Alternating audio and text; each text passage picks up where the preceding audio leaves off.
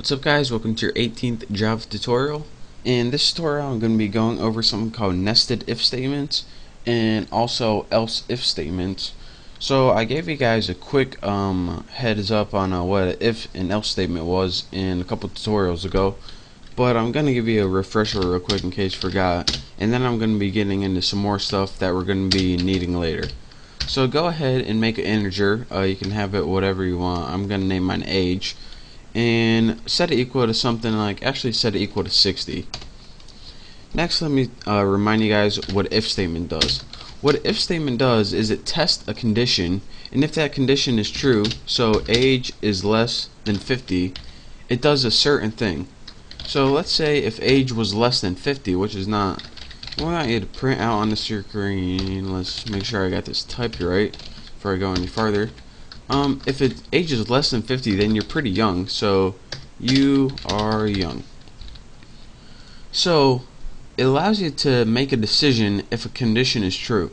And we also went over the else, and what this does is it gives it alternative unless that condition is false. So let's copy that because we're lazy, and let's put you are old. And let's go ahead and see what this does right here. It outputs on the screen you are old. So what this did, real quick, I'm not going to get in detail because I told you later, it looked at this variable called age and tested if it was less than 50. If it was going to print this, you are young. But it wasn't, so it printed this. And again, this is how you can give Java a way of making many choices or just one choice in this condition. But what I wanted to talk to you guys about in this tutorial is not the simple if-else statement. It's something called a nested if-else statement or a nested if statement. And what it is this. Instead of just having one action if it's true or one action if it's false, say if it was false, you wanted it to perform another decision.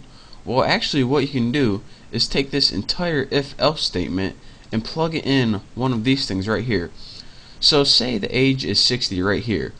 If the age is less than 50, then it's going to do this. Well, the age wasn't less than 50, so it's going to do whatever is in the else statement. So let's go ahead and make another decision in it.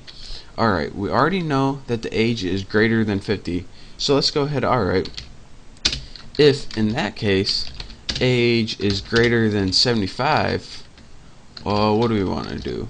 We'll just print out you are really old. So if age is greater than 75, we want to print out you are really old. Else, in that case, age must be greater than 50 but less than 75. What are we going to print out? We'll print out something nice for him. Don't worry, you aren't really that old, with a bunch of typos because that's what they wanted. So let's go ahead and run this, and when we do, it says you are old, don't worry, you aren't really that old. And let me show you guys what happened right here. This entire thing is your main if else.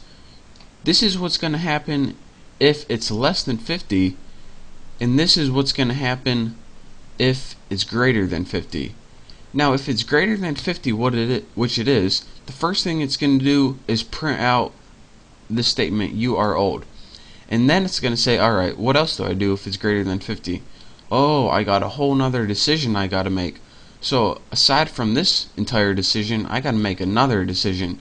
Is my age greater than 75? No, it's 60. Well, then I'll go to this one. Don't worry, you aren't really that old. So again, that's how you can embed an entire if-else statement inside another if-else statement. And you could have just as easily put this in the first one, but I decided to put this in else because that's where our decision led. So that's your quick tutorial on how to make what this is called is actually nesting. When you have one if-else statement inside another one, it's called nesting if statements or nesting if-else statements. So that's your quick tutorial on how to do that. In the next tutorial, I'm going to show you guys how to use something called else if. So make sure to subscribe. I'm looking forward to it, and I'll see you then.